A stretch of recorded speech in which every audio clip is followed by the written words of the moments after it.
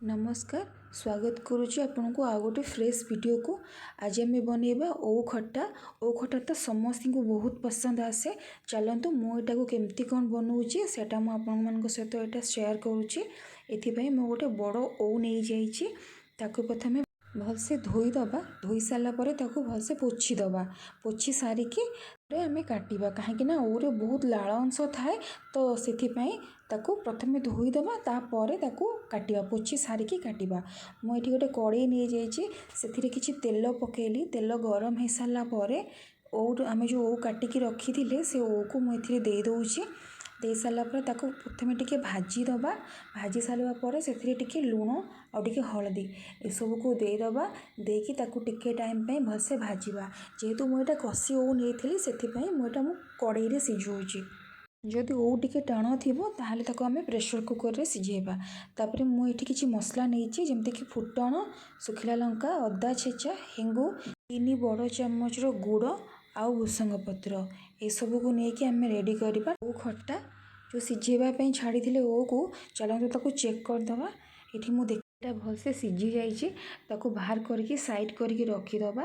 ये जो पानीटा रही जाइए पानीटा आम यूज करवानी केवल ओटा ही यूज करवा कहीं पानीटा कषा लगे से पानीटा यूज करवानी खाली ओटा को यूज करवा। सेम कड़े मुझे तेल नहीं जाइए ये प्रथम फुटण दबा। तापर सुखिला लंका पकेबा। सुखिला लंका फुटण एसबू फुटी सारा पर से किसी भूसंग पत्र दबा। भूसंग पत्र को भलसे भाजवा। तापर रखिथिबा अदा को छेचा अदा को से देदबा। ताको टिके समय भलसे भाजिला परे हेंगु दबा। बहुत कम मात्रा रे हेंगु दबा बेसी दबानी। तापर ये मु हलदी दे दूँगी भल कलर आसापी। जेहेतु अलरेडी ओरे हलदी दिखाई से बहुत कम मात्रा रे मुझे हलदी दूँगी। ये सब दे सारापर भलसे भाजी सारापर तापर सिझेकी रखिदिवा ओ को एथिरे मु दे दूँगी। तापर टिके समय भाजी नवा। भाजी सारिकी आम ये उषुम पानी करके रखी से उषुम पानीटा मुझे दे दूँगी। जेहेतु अलरेडी ओ सिझी से बेसी टाइम पर्यंत आपको आम भाजवानी। मीठा पाई मुझे गुड़र यूज करुच्ची चीनी भी यूज करें। तापर ए सब को भलसे फुटियापाई छाड़ीदबा। सब भलसे फुटी सारापर गोले सारिकी ओरे दिखाई पानी को टिके बहलिया करने मुझे चाउल गुंडर यूज करुच्ची। चाउल गुंडर जगह कॉर्नफ्लोर भी यूज करहब। जदि आप चाउल गुंड अवेलेबल नहीं ताहले कॉर्नफ्लोर यूज भी करहब। मुझे गोटे चामच चाउल गुंड नहीं से टिके पानी दे दूँगी। पानी देकी भलसे मिक्स करदबा।